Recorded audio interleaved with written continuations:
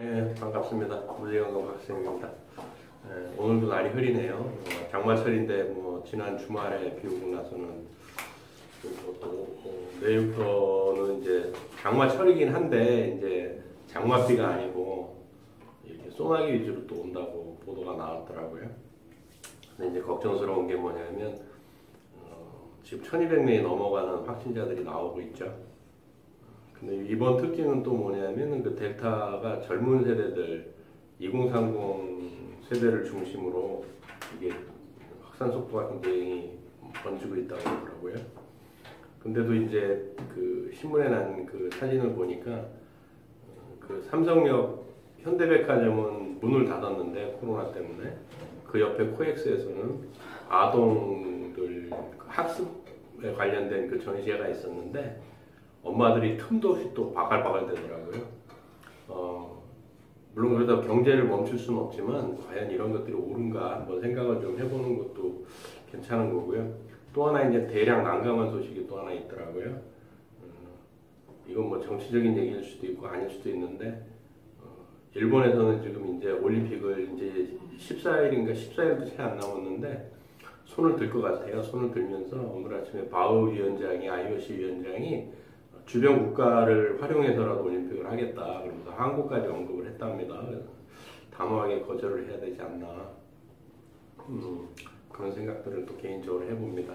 어쨌든 간 그런 문제 그런 문제고 또 우리 살아남은 우리들은 또 열심히 또 해야 되고 저는 또 열심히 동영상을 올려야 되니까 또 오늘 맡은 걸 또 하도록 하겠습니다.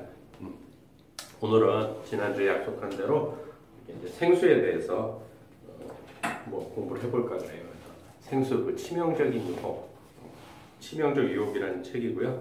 이 저자는 이제 피터 글렉이라는 박사님인데, 이분은 이제 자원 분야, 수자원 분야의 세계적인 권위자랍니다. 그래서 생수가 활보하는 세상에서 의연하게 수돗물을 들이키는 수자원 분야의 세계적인 권위자고요. 현재 미국 캘리포니아 오클랜드 퍼시픽 연구소장으로 있답니다. 근데 이건 잘 모르겠어요. 왜냐면 이 책이 1911년도에 아니 2011년도에 나온 책이니까 10년 전에 나온 책이니까 벌써 10년 전에도 벌써 이런 연구들이 다 돼 있다는 거죠. 그래서 계속 98년도부터 2008년까지 2년마다 세계의 물을 계속 펴낸 그 물박사랍니다. 그래서 공공재였던 물이 어떻게 자본주의 시대 최고의 상품으로 자리매김했는지 이런 거에 대해서 이제 일깨워주기 위해서 이 책을 내셨답니다. 사실 그렇거든요. 제가 어린 시절 이렇게 돌이켜봐도 수돗물 그냥 마셨거든요. 체육 시간 끝나면 바로 수도꼭지에다가 머리에다 물 뿌리고 그 다음에 이제 바로 그 수돗물을 먹었던 기억들이 생생하거든요. 근데 지금은 수돗물을 바로 먹어도 될까요? 아니면은 한번 고민을 해보고 먹어야 될까요? 그건 각자 생각의 차이이긴 한데 어쨌든 간 지금은 전 세계적으로 뿐이 아니고 우리나라 같은 경우도 수돗물을 직접 받아서 먹는 비율은 상당히 낮은 비율이 아닌가라는 생각을 해봅니다. 그래서 이제 서문을 보게 되면 이제 미국 얘기예요. 11년도에 미국 케이스인데 미국에서는 매일같이 1초마다 1000명 가까운 사람들이 생수병 마개를 열며 그러니까 1초에 1000개씩 팔린다는 얘기예요. 미국 시장에서만. 그 병들은 이내 쓰레기가 된다. 이 생수병이 제일 많이 모이는 곳이 어딘지 아세요? 바다 한가운데랍니다. 그래서 이 페트병들이 큰 문제죠. 그래서 하루에 8,500만 병, 연간 300억 병의 생수가 소비자에게 100억 달러 가까운 지출을 요구한다.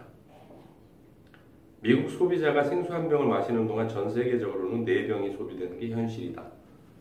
그러면 곱하기 4 이거 하면은 이제 전 세계적인 비용이 맞겠는데 이건 벌써 10년 전 얘기니까 지금은 어떨까요? 그보다 더 많지 않을까라는 생각을 한번 해보거든요. 그래서 요즘 가뜩이나 이제 코로나 팬데믹이 오면서 그런 이제 플라스틱 이 재활용 문제가 더더욱 심각하고 환경오염 문제가 점점 대두되는 거거든요. 이런 것들은 우리가 한번 생각해 봐야 되지 않나 생각이 좀 드는 부분이고요. 8페이지에 아직도 서문 내용인데 뭐냐면 생수 이야기는 엄청난 규모의 숫자를 동반한다. 앞에서도 말씀드렸지만 이렇게 어마무시한 페트병들이 나오는 거죠. 수십억 갤런의 판매량, 수십억 개나 되는 플라스틱 병의 생산과 사용 폐기, 수십 조의 수십조 달러에 이르는 판매액, 수십억 톤의 이산화탄소와 오염 발생 등이 그것이다. 수십억이에요. 그러니까 이걸 생산하고 페트병을 생산하고 결국 이거는 요즘 굉장히 많은 ESC 아니 ESC인가? ESG 그 환경 environment 문제도 이게 심각해지는 거죠. 이 탄소 발자국을 줄여야 되는데 이거를 생산하기 위해서 석유를 또 쓰는 거거든요. 그래서 너무 좀 위험한 상황이 사실은 생수가 아닌가라는 생각을 또 한번 해봅니다. 그래서 10페이지에 되면 뭐라고 해놨냐 하면 이 글렉 박사는 생수가 인류의 물 문제의 원인이나 해결책이 될 수 없는 것은 너무나 당연하다. 설사 생수가 가게 선반에서 근데 제가 마이크를 안 끼고 하는 것 같네요. 잘 들리나 모르겠네.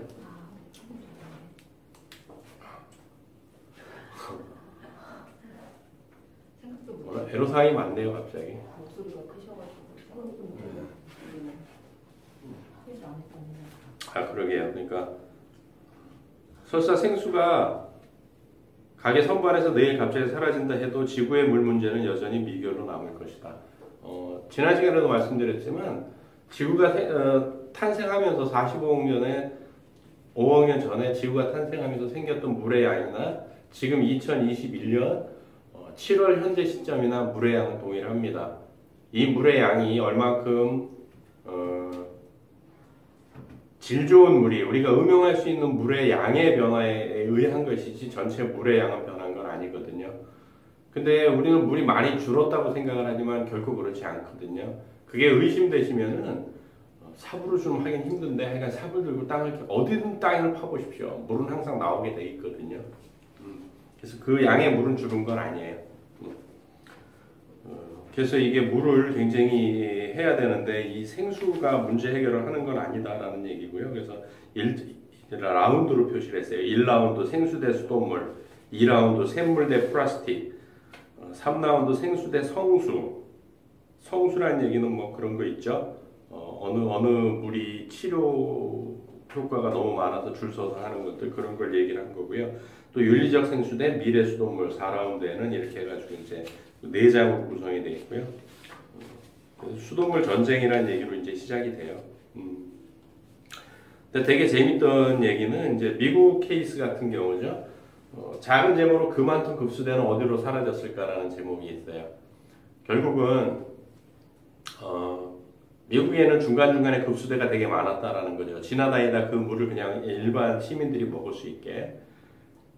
그러면서 이제 이 책의 21페이지에 갑자기 길거리와 공공장소에서 급수대가 사라지더니 편의점 간판대를 비롯한 온갖 장소에 생수가 넘쳐나고 있다. 학생의 책가방, 여객기의 기내 서비스, 호텔 객실, 거의 모든 회의실, 식당 메뉴판에서 구내 식당까지 온통 생수가 자리를 잡았다.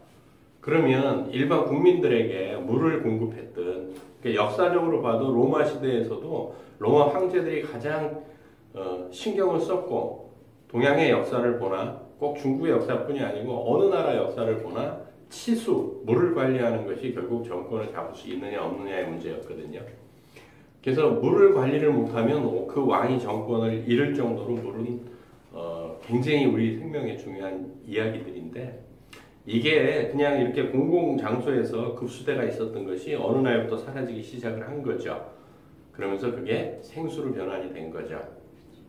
되게 슬픈 얘기들인데 이게 과연 정말 수돗물의 문제도 없지 않아 있겠지만 수돗물의 문제가 많았기 때문에 생수로 전환이 된 건가 아니면 이게 마케팅의 원리고 자본주의의 원리대로 지금 이렇게 돌아간 건지 이거는 더 공부 많이 하신 박사님들이 좀 연구를 해보셔야 되는 문제가 아닌가 생각을 해봅니다.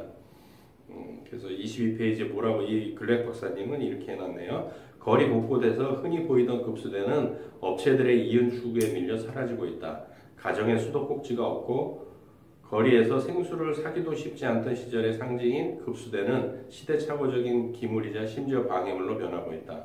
건강에 목을 매는 요즘 사람들은 공공급수대와 수돗물을 오염이나 감염의 원천으로 대관시한다.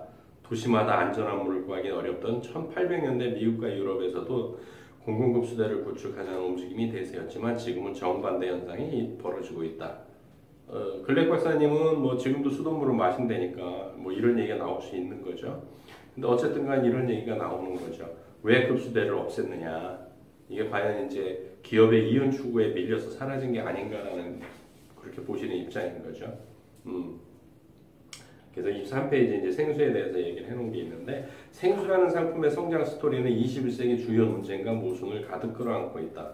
궁핍 대 부유, 관념 대 현실, 공적 손실 대 사적 이익. 오늘날 사람들은 세계 각지에서 생산된 별별물이 갖추어진 호합한 생수바를 찾는다. 우리나라에도 있는 걸로 알고 있거든요. 생수바가. 멋진 식당에서 최고급 생수를 제공하는 워터 소믈리에는 수지 맞는 장사를 하고 있다. 비행기에는 보안을 이유로 개인이 물을 가지고 탑승할 수 없어 승객들은 엄청난 값을 내고 물을 사 마셔야 한다. 이 얘기 뭐냐면 물폭탄이 제조가 되거든요.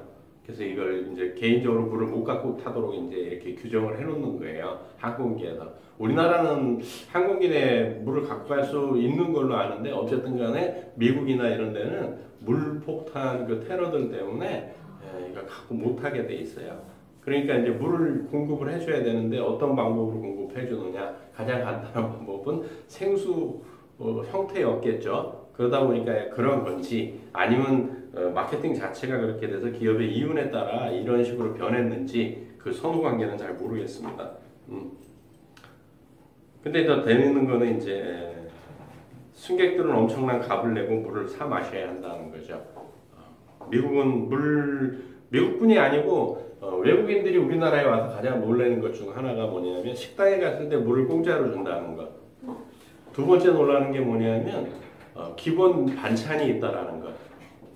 외국에서는 그러니까 요리를 시키면 그 외에 샐러드나 이런 것들은 전부 오더 차지가 붙는 건데 우리나라는 그렇지 않고 기본적으로 뭐 많은 데는 가면은 정말 뭐 대여섯 가지, 일곱, 여덟 가지 반찬이 나오지 않습니까? 물론 전주 같은 데는 막걸리 한 잔 시켜도 반찬이 16가지가 나오긴 하지만 막걸리 한 잔이에요.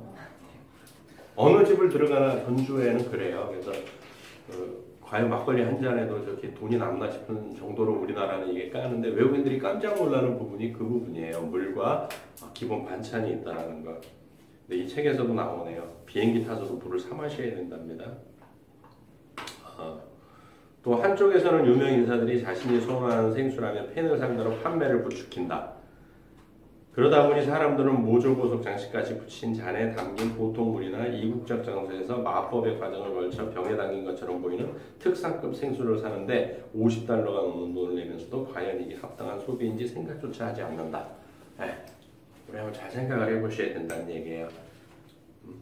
근데 과연 이게 생수가 우리 건강에 미치는 영향을 생각을 해보시냐는 거죠. 또 되게 재밌는 게 여기는 이제 뭐 그런 얘기들이 앞에는 수돗물과 이제 생수, 왜 생수가 이렇게 되게 됐나 그래서 이제 마케팅으로 인해서 제목이 뭐냐면 공포의 수도꼭지라는 제목으로 해서 이제 이 시작이 되는데 마케팅 방법으로서 이제 수돗물에 대한 공포심을 심어줬다는 얘기예요. 되게 재밌는 게 우리나라 케이스도 그런 거 되게 많거든요. 되게 많은데 미국도 그런가 봐요. 여기 이제 35페이지에 보게 되면 생수 중에 피지라는 생수가 있나 봐요. 브랜드명이 피지예요. 피지. 피지라는 브랜드가 붙으면 우리는 어떤 느낌을 받을까요? 한번 생각을 해보세요. 피지의 깨끗한 물인가 보다 라는 생각을 하죠. 근데 클리브랜드 물을 담은 거래요. 우리나라에도 그런 생수가 상당히 많거든요. 모모 지역이라고 강원도의 모 지역이라고 돼 있는데 물을 담는 공장을 보게 되면 포천에 있어요. 과연 그쪽에서 담은 물인지 되게 좀 이거는 뭐 신문에도 났으니까 하는 얘기고 실질적으로 그 라벨에 생수를 사서 뒤를 보게 되면 포천읍이라고 돼 있거든요. 근데 지명은 강원도 쪽으로 지명이 돼 있고요. 그럼 이제 포천에 그 우리나라 또 생수 공장들이 되게 많은데 몇 년 전에 구제역으로 소 파묻은 곳이 어때요? 포천 일대였죠. 그래서 조선일보 일명 기사로 크게 난 적이 있었는데 그 신문에 난 얘기니까 얘기해 드릴 수 있어요. 그 생수 공장들의 수원지하고 불과 얼마 떨어지지 않은 곳에다가 다 파묻었거든요. 그래서 침출수가 그쪽으로 흘러 들어가지 않았겠느냐라는 조선일보 일명 기사가 났던 게 있어요. 한번 이 동영상을 보시면 조선일보에서 그 한번 검색해 보시면 아주 컬러풀하게 그래서 그 주변에 흐르는 막 그 빨간 냇물들도 이렇게 사진 찍어서 보여준 적이 있었거든요. 근데 미국에서도 피지라는 이 생수는 라벨은 피지라고 붙여놨는데 클리브랜드에서 그냥 그 나오는 물을 담은 거래요. 그리고 피지라는 상표를 쓰는 거죠.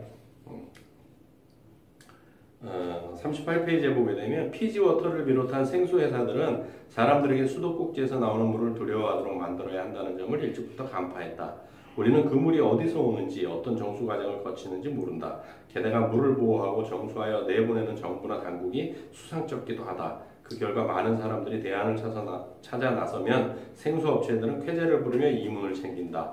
업자들은 광고와 마케팅, 대대적인 판촉을 통해 수돗물에서 사람들을 끌어내고 판매액을 올리기에 때로는 교묘하게 때로는 뻔한 거짓말로 사람들의 두려움을 자극한다. 이렇게 돼 있네요. 마케팅 중에 가장 좋은 마케팅 중에 하나가 뭐냐면 공포 마케팅이거든요. 공포 마케팅을 펼치면 사람들은 끝없는 두려움이 생기거든요. 끝없는 두려움이 생겨가지고 피하게 되죠. 그래서 이 뒤에 영국에 1854년에 콜레라 전염됐던 거, 그것도 이제 물에 의해서 오염됐던 얘기들도 나오고요. 그래서 뭐 물을 깨끗이 하자라는 얘기가 나와요. 그래서 여과를 해야 되고, 근데 여과에는 어떤 종류가 있는지, 그래서 뭐 정밀여과, 한해여과, 뭐 역삼투 여과 뭐 이런 얘기들이 쭉 돼 있어요. 물을 깨끗이 해서 먹는 거는 일단 중요하다는 얘기예요. 왜 물을 깨끗이 해서 먹는 게 수돗물이 위험하다는 것이 뭐 특별하게 위험한 것은 아니고요. 실질적으로 뭐가 위험하냐면 물속에 있는 균을 잡기 위해서 염소를 많이 집어넣거든요. 그러면 염소가 이제 문제를 사실 일으키거든요. 그래서 나중에 물속에 염소가 범인이다. 심혈관계 질환에 그런 책이 있거든요. 그러니까 물속에 염소가 범인이다라는 책이 있어요. 그게 이제 그 책도 한번 풀어드릴 거예요. 왜 물이 문제가 되는지, 염소가 문제가 되는지, 물이 문제가 아니고 염소가 문제가 되는지 그런 얘기들이 나왔어요. 그리고 이제 2라운드는 샘물 대 플라스틱에 대한 얘기들이거든요. 저도 강조하고 싶은 얘기는 이 부분에 이 챕터에 들어 있어요. 사실은 왜냐하면 플라스틱이라는 것이 우리가 상상하는 것 이상으로 우리 인체에 피해를 미치는 것을 거짓 생각을 안 해요. 요즘 기사를 보게 되면 어떤 얘기들이 나와요? 석유값이 이제 올라간다, 다시 올라간다. 그래서 지금 뭐 우리나라 주유소의 강남 쪽에는 리터당 2,000원까지 지금 올라갔다 그러더라고요. 2,000 뭐 몇십 원. 근데 이제 주유소, 저희 동네 주유소를 봐도 1,600원이 넘어갔더라고요. 얼마 전까지만 해도 되게 쌌잖아요. 1,300원, 뭐 1,200원 대도 있었는데 이게 지금 이제 2,000원까지 올라가고 있는 상황이에요. 왜냐하면 우리는 전기 자동차가 나오고 수소 자동차가 나오면 석유가 굉장히 안 쓸 거라고 하지만 네버 절대 그런 착각을 하시면 안 됩니다. 석유를 가장 많이 쓰는 건 뭐냐면 제조업이에요. 제조업에서는 석유를 안 쓸 수가 없어요. 공장을 뭐로 돌릴 거예요? 풍력으로 돌릴까요? 아니면 뭐 수자원을 댐을 더 건설해서 할 수 있을까요? 댐 건설할 때 그 시멘트니 들어가는 거는 또 뭐예요? 다 탄소 발자국이거든요. 그래서 가장 탄소를 많이 발생시키는 것이 뭐냐면 제조업이란 말이에요. 제조업 중에서 어떤 건지 아세요? 잘 모르실 거예요. 반도체예요. 심각하거든요. 물을 소비하는 게. 그럼 우리가 반도체 그러면은 컴퓨터, 가장 쉽게 우리 손에 있는 컴퓨터, 스마트폰, 여기도 반도체 다 들어가거든요. 우리가 얘기하는 AI라든지 다 반도체가 들어가요. 여기에는 굉장한 물이 들어가거든요. 그것도 굉장히 깨끗한 물이 들어가야 돼요. 오염되면 안 되거든요. 그런 것들로 인해서 그거를 생산하기 위해서는 어마무시한 석유가 들어갈 수밖에 없거든요. 또 우리가 입고 있는 의복들을 한번 생각을 해보십시오. 또 우리가 지금 생수 얘기하지만 그 많은 플라스틱들, 또 대형 할인점이나 아니면 편의점에 가시면 있는 그 많은 과자 종류들 혹은 뭐 컵라면, 라면 봉투 할 것 없이 전부 뭐예요? 다 석유죠. 그러니까 뭐 올라갈 수밖에 없는 거죠. 그런 것들을 통해서 생수병도 마찬가지로 생산이 되는 거거든요. 그래서 굉장히 위험한 물질 중에 하나인데 이걸 쉽게 없앨 수는 없어요. 지금 산업 구조 자체가 산업혁명 이후에 그렇게 구조가 흘러갔기 때문에 지금 되게 좀 위험한 거죠. 그래서 이제 쿠라스틱에 대해서 보시게 되면 61페이지에 이 책 제목이 아니고 이제 2라운드에 들어가면 첫 번째 챕터에 뭐가 되어 있냐면 유해식품 전성시대라는 제목으로 이제 얘기해요. 유해식품이 전성시대를 이뤘다는 거죠. 제가 아는 거는 뭐 어릴 때 그 영화를 본 건 아닌데요. 제목을 기억하고 있죠. 뭐 영자의 전성시대 이런 건 알고 있었지만 유해물질 전성시대는 또 이 책을 통해서 또 한번 들어보게 되네요. 미국에서 연방수질법은 커다란 변화 없이 수십 년 동안 유지되면서 나름대로 공중보건의 파수꾼 기능을 해왔다. 그러나 이상하게도 연방기관들은 생수에는 무관심에 가까워 음용수법과 관련해서 초안 한번 발의하지 않은 채 방치하다시피 하고 있다. 그 대신 생수를 병에 담아 파는 제조식품으로 파악한 FDA가 나서서 규제해왔다. 바로 이것이 미국 생수에 아무런 의미도 없이 영양성분표 레이블이 붙은 까닭이다. 이거 잘 생각을 하셔야 돼요. 생수병 뒤에 보면은 영양 분석표가 있잖아요. 뭐 칼로리 빵, 뭐 탄수화물 빵, 뭐 이런 것들이요. 이런 것들이 왜 이렇게 됐냐면 결국 FDA는 뭐냐면 푸드 앤 드라그예요. 그 음식과 약에 관련된 거를 관장하는 기관이 FDA거든요. 그 F가 푸드고 D가 드라그예요. 약. 그러니까 푸드 앤 드라그, A는 어소시에이션인가 뭐 그럴 거예요. 그러니까 음식으로 본 거죠. 식품으로 봤기 때문에 FDA에서 관리를 해주는 거예요. 근데 물에 무슨 영양가가 있나요? 생각들을 해보셔야 돼요. 물에 칼로리가 많은가요? 뭐 여성분들 많이 그러더라고요. 난 물만 먹어도 살쪄. 그분은 특수 체질이에요. 칼로리가 없는데 그게 살이 찐다는 건 되게 웃기는 얘기인데 사실은. 그러다 보니까 이게 쓸데없는 일들이 너무 많은 거죠. 그래서 공식적으로 FDA 생수 기준은 공중보건적 측면에서 EPA의 공중음료수 규정과 다른 점이 없는 것으로 알려졌다. 그러니까 기준이 없다는 얘기예요. 그냥 FDA에서 식품 관리하듯이 한다는 거죠. 실제로 생수 품질 기준은 대부분 수돗물 기준과 유사하다. FDA에서 결정한 게 수돗물하고 똑같대요. 차이가 있어도 지역적이거나 중요한 것이 아니지만 개 중에는 주목할 만한 차이도 있다. 규제 기간이 다 다르기 때문에 기준이 모호하고 기준과 관행의 차이 등에서 빈틈이 드러나면 부정한 이익을 취할 생각을 품은 악당에게 좋은 빌미가 될 수도 있다. 모호한 규제는 생수를 넣고 찬반 양쪽으로 촉발된 안정성 논쟁의 토양이 되기도 했다라고 얘기를 하는 거예요. 그래서 이제 2008년도로 네슬레는 되게 유명한 식품이잖아요. 여기서 이제 생수 얘기 나온 거고 대표적으로 또 생수를 하는 데가 어디 있나요? 우리는 지금도 코카콜라가 콜라를 생산한다고 생각을 하지만 탈바꿈한 지 꽤 돼요. 물 회사로요. 코카콜라는 그냥 이제 원래 하던 거니까 하던 거고요. 물 회사로 바뀐 지는 꽤 돼요. 물 위주로 나와요. 그래서 이제 검사하는 방법도 되게 웃긴데 뭐 하여간 그래요. 생수의 대장균 규정은 허술하게 짝이 없다. 생수의 대장균 규정은 허술하게 짝이 없다. FDA 생수 기준에는 일반 대장균을 대상으로 그것은 주 1회 검사가 고작이다. 주 1회 검사가 고작이에요. 자, 여기서 한번 잘 생각을 해보십시오. 대장균은 시간이 지나면 발생하게 돼 있어요. 물에 있는 곳은 생명이 있기 때문에. 근데 일주일에 한 번 검사를 해요. 근데 저는 여기서 대장균도 좋다 이거예요. 근데 더 신경을 쓰셔야 될 게 뭐냐면 유통기한이라는 거예요. 자, 지금 이 동영상을 보시는 분들은 집에서 물을 떠놓고 그릇에 담아서 2년 동안 방치해 보십시오. 그 물이 어떻게 되는지. 근데 생수 기준이 2년이거든요. 유통기한이요. 2년 동안 유통될 수 있도록, 그것도 햇빛에 노출되면서 유통될 수 있도록 도대체 그게 물인지 뭔지 사실은 좀 생각을 해보셔야 된다는 얘기예요. 근데 지금도 많은 분들이 어떻게 하냐면 대형 할인점이나 이런 데 가서 대량으로 생수를, 요즘은 또 이제 뭐 택배까지 해주니까 시켜서 그 생수를 드신다라는 거예요. 일주일에 한 번 검사한답니다.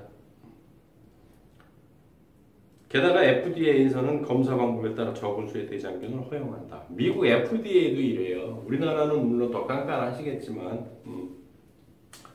대장균이 기준 이하로 검출된 경우라도 보다 위험한 균이 존재할 가능성이 있지만 이와 관련해 아무런 추가 제재를 하지 않고 그런 생수의 판매를 금지하는 조항조차 없다. 그러니까 이 얘기는 뭐냐면 미국의 케이스긴 하지만 FDA에서도 대장균 검사만 하지 다른 균은 검사 안 한다는 얘기예요. 생수에서는 대장균이 확인되더라도 박테리아 과다 함유란 레이블만 부착하면 시중에서 팔 수 있다. 미국의 경우에요. 더욱 결정적인 것은 어떤 오염이 발견되는 경우 생수업자가 나서서 그 사실을 소비자에게 알리거나 그런 제품을 리콜할 의무가 없다는 점이다. 자, 생각해 보십시오. 우리나라도 물이 리콜됐다는 얘기 들어보신 적 있으세요? 없죠.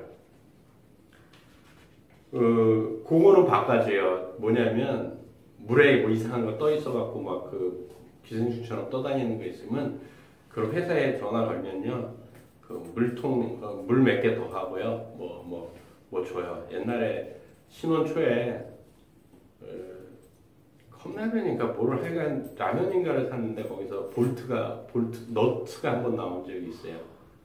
그래갖고 그 회사에 연락을 했더니 그 신문사나 이런 데 연락하지 마시고 제가 보상해드리겠습니다. 그래갖고 박스에 이렇게 해가지고 라면하고 여러 종류의 라면하고 이렇게 보내주고 말았던 적이 한 번 있거든요.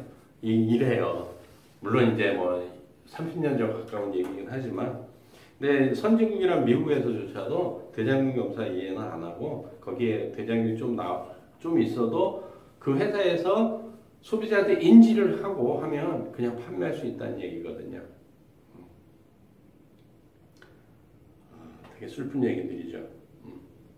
수돗물처럼 지속적이고 주기적인 정밀 검사가 시행된다면 생수의 수질이 시돗물과 비슷해지거나 평균적으로 보다 나아질 수도 있을 것이다. 소비자가 부담하는 비용으로 생각해 볼 때도 생수의 수질이 나을 것이라는 추측이 그럴싸하겠지만 그런 추측이 검증된 것인가 하는 점이 문제다. 검증 안 됐다는 얘기예요. 그래서 생수의 수질을 검사하는데 심각한 문제가 있다라고 보는 거죠. 글렉 박사님은요. 뭐 우리나라는 아닐 거예요. 미국 얘기니까. 시민들의 기대와 달리 FDA도 오염된 생수를 회수하라는 명령을 내릴 권한이 없답니다. 생수에 대해서는. 우리나라는 있나요? 저 잘 몰라서. 또 되게 재밌는 게 유명한 생수 얘기인데 74페이지에 1990년 2월 세계적으로 유력한 생수회사 페리에 생수 되게 유명하잖아요. 제품에서 허용치를 초과하는 벤젠이 발견되었다. 벤젠.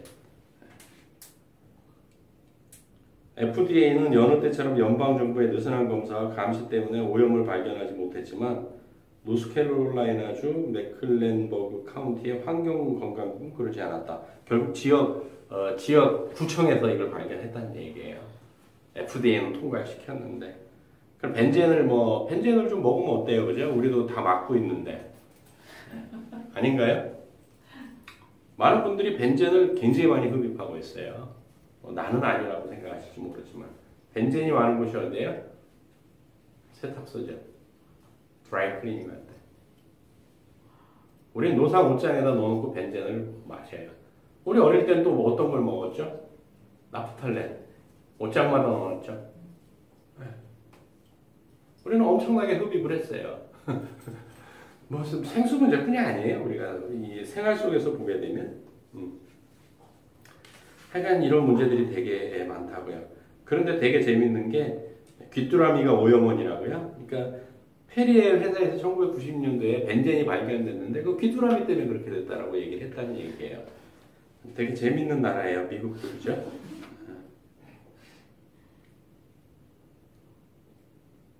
여기 되게 재밌는 얘기가 있는데 78페이지에 비위생적인 물은 사람에게 병을 옮길 수 있다. 당연하잖아요. 아프리카에서 그렇게 아이들이 죽는 이유나 뭐 건강하지 못한 이유가 그 아프리카의 물은 진짜 흙탕물이거든요. 그걸 그냥 마시기 때문에 그래요. 그런데 제대로 관리를 안 하고 있다는 얘기들을 쭉 해놓은 거예요. 또 그 다음에 재밌는 게 이제 북극의 샘물이라는 또 상표가 있나 봐요. 미국에. 근데 플로리다에서 나오는데요. 북극의 물을 실어다가 플로리다에서 담는 거겠죠. 북극에다 공장을 세울 수는 없으니까. 79페이지에 예전에 사 마시던 폴란드 스프링 생수는 실제로 미국 메인주의 폴란드 스프링에서 취수한 물이다. 그러니까 메인주에 지역이 폴란드 스프링이라는 곳이 있는데 상표를 폴란드 스프링이라는 상표를 붙인 거예요. 그럼 우리는 폴란드의 스프링이라는 지역에서 이 물을, 그 산악 지역이겠죠. 물을 떠왔겠구나 생각을 하는데 실질적으로 메인주에 폴란드 스프링이라는, 여기는 이제 메인주 5번시에서 뭐 30마일 이상 더 들어가는 벽지로 인구 3만 명의 작은 마을이랍니다. 여기에 공장을 세워놓고 거기서 이제 물을 담았대요. 우리나라도 그래요. 근데 이제 여기서 나온 물들이 그래도 꽤 유명한 물들이 많아요. 그래서 클리어 스프링, 에버그린 스프링, 에버그린 스프링은 제가 들어봤거든요. 스프루스 스프링, 가든 스프링, 브래드퍼드 스프링, 화이트 시더 스프링, 네슬레 워터스 뭐 이런 게 전부 다 상표 이름인가 봐요. 거기서 나왔대요. 근데 우리는 폴란드 스프링을 생각한다는 거죠. 되게 재밌어요. 그래서 물의 정체 그래갖고 그렇다면 우리가 사는 물병에 드는 것은 과연 무엇일까? 우리는 그것이 물이기를 바라고 물이라는 것도 알지만 그게 어떤 물인지는 거의 모르며 겉으로는 그럴싸한 이름과 역사적 연관성을 풍기지만 대체 어디서 온 물인지 알지 못한다. 그 물이 깨끗하고 위생적인 물이라고 짐작해 보지만 그런 생각은 틀릴 가능성이 농후하며 어떤 처리와 검사를 거쳤고 그 결과는 어떠했는지를 전혀 모른다. 물맛이 좋기를 바라면서도 실제로 물맛을 결정하는 광물질의 구성에 관해서는 들은 바 없다라고 되어 있어요. 광물질이 들어있으면 항상 뭐가 생기나요? 생명체가 생겨요. 그러니까 생수는 어떻게 해야 될까요? 없어야 돼요. 거기다 뭘 넣어야 될까요? 2년 동안 유통시키려니까. 그 다음에 물을 옮길 때는요, 햇빛을 차단해야 돼요. 햇빛을 받게 되면 그 물을 소독하는데 그 안쪽에 보론산염이 남거든요. 그 화학 처리, 소독한 것이 햇빛을 만나면 보론산염으로 변환이 돼요. 보론산염은 강력한 항암 물질입니다. 우리는 그것들을 사 마시고 있는 거죠. 미국이 이래요. 발암 물질이 되는 거죠. 항암이 아니고요. 그럼 우리가 엄청 생수를 마셔야 되겠죠. 항암 물질이 된다는 거예요. 그래서 사실은 물을 이동할 때는 완전히 차단을 해야 되는데 우리나라도 그렇고 물을 차단하는 것이 거침없어요. 뭐 아무 생각 없이 하다 보니까 뭐 33분이 돼가네요. 어쨌든 간에 다음 주에 이어서 또 생수에 대해서 공부하는 걸 하도록 하겠습니다. 수고하셨습니다.